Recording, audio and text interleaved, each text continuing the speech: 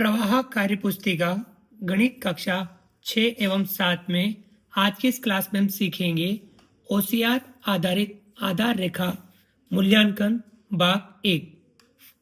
नाम, यहाँ विद्यार्थियों आपको अपना अपना नाम लिखना है। सवाल नंबर 1, कौन सी संख्या 4874 से 2 सैकड़े बड़ी है? इनमें से कौन सी संख्या 4874 से 2 सैकड़े बड़ी है? 1 सैकड़ा यानी 100, 2 सैकड़ा यानी 200। इस संख्या में 2 सैकड़ा और जोड़ना है। 4874 में 200 और जोड़ेंगे।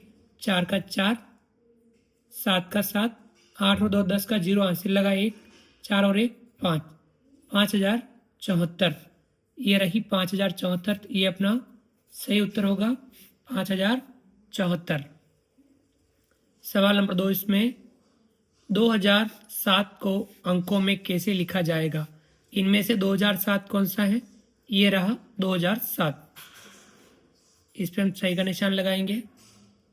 सवाल नंबर 3, निम्न में से कौन सा विकल्प 9740 को शब्दों में दर्शाता है? 9740 ये अपना सही उत्तर होगा। सवाल नंबर 4, निम्न विस्तारित रूप की संख्या बनाइए।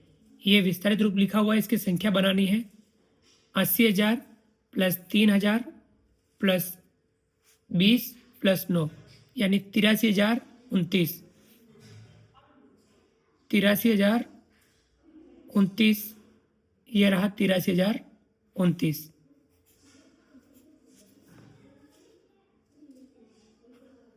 आगे बढ़ते हैं।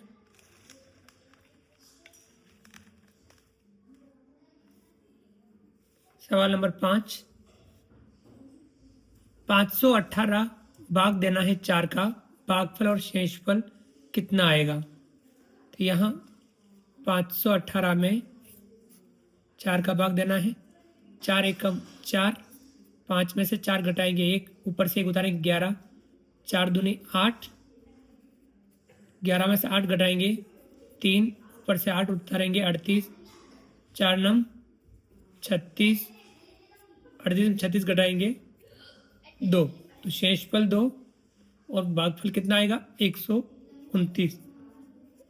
सही उत्तर होगा इसमें 129।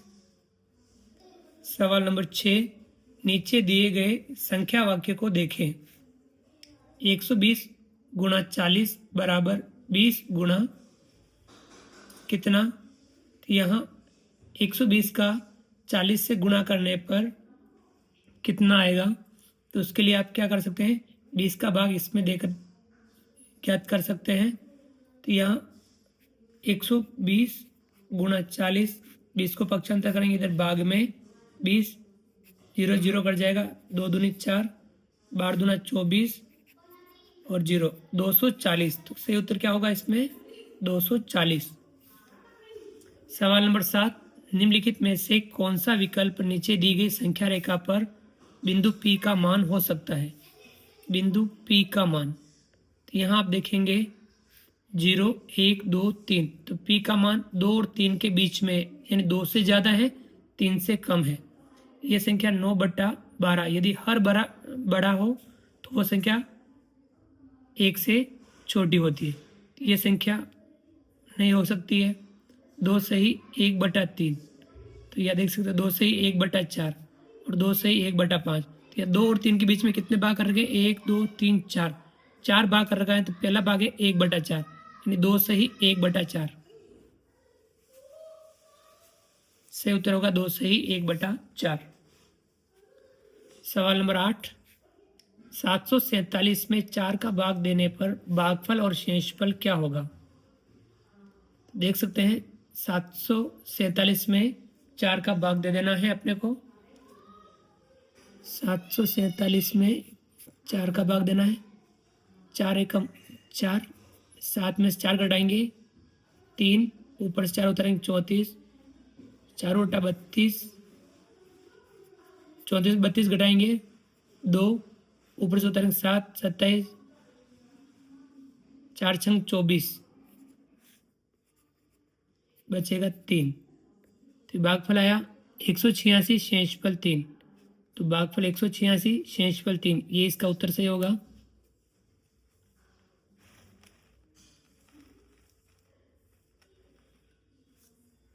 सवाल नंबर 9, निम्न में से सबसे बड़ी भिन्न होगी 2/6, 3/6, 6/6, 4/6। हर बराबर हो, अंश जिसका बड़ा है वह भिन्न बड़ी होगी, यानी 6/6 इनमें बड़ी होगी। सवाल नंबर 10, निम्न में से सबसे छोटी भिन्न होगी। इनमें सबसे छोटी भिन्न देखनी है 3/5, 4/5, 1/5, 2/5। हर सब में बराबर है, अंश जिसका छोटा है वो भिन्न छोटी होगी, यानी 1/5 भिन्न इन सब में छोटी है।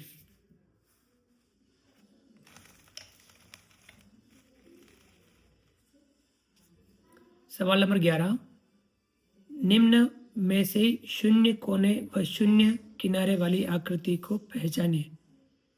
देखिए, आयत, वृत्त, त्रिभुज, वर्ग। तो शून्य कोने और शून्य किनारे ये है किसमें? वृत्त में।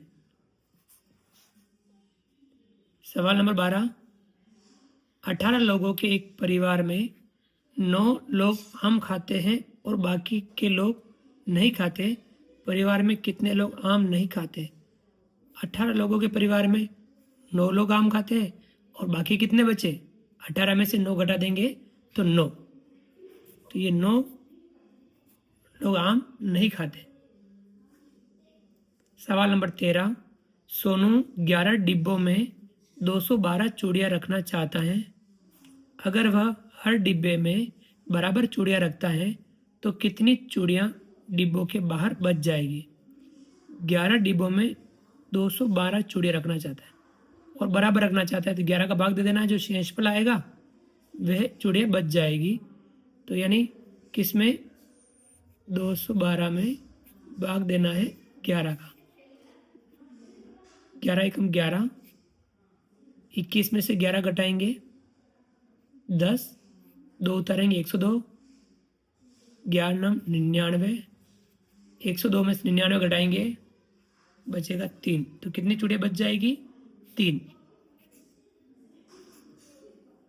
सवाल नंबर 14, रवि के पास 5,000 रुपये थे। रवि ने बाजार से 1,760 रुपये के कपड़े, 1,260 रुपये का किराने का सामान व 1,330 रुपये की पुस्तकें खरीदी। रवि के पास अब कितने रुपये शेष बचे? जो उसने खरीदा वो घटा लेंगे। पहले इनको जोड़ लेते हैं, 1,760, 1,260 और 1,330। 0 का 0, 6 6 12 और 3 15 का 5 हासिल लगा 1, 7 और 1 8, 8 और 2 10, 10 और 3 13 का 13 का 3 हासिल लगा 1, 1 2 3 4, 4,350 ये उसने खरीदा। तो 5,000 में से ये घटा लेंगे, 4,350। 0 में से 0 0, 0 में से 5 निकले, यहाँ से उधार लेंगे, यहाँ कुछ नहीं, यहाँ से उधार लेंगे, 5 एक उधार देगा 4 बचेगा, यहाँ हो जाएगा 10, 10 में से आगे देंगे, यहाँ बचेगा 9 और यहाँ हो जाएगा 10, 10 में से 5 घटाएंगे 5, 9 में से 3 घटाएंगे 6 और 4 में से 4 घटा देंगे 0, यानी 650। कितने रुपये बचेंगे? 650।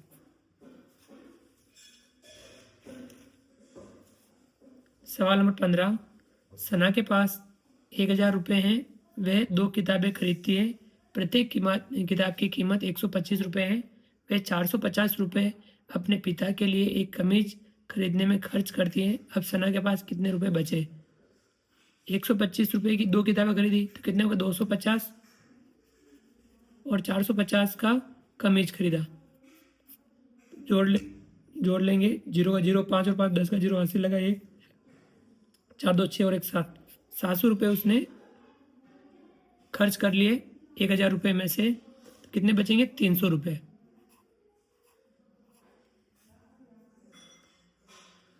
तो इस प्रकार से हमने आज की इस क्लास में OCR आधारित आधार रेखा मूल्यांकन भाग 1 समझा। आप भी इनको समझ करके हल कीजिए, क्योंकि हम रट करके डायरेक्ट अगर हम हल करते हैं तो हम समझेंगे नहीं, तो आपको समझना है।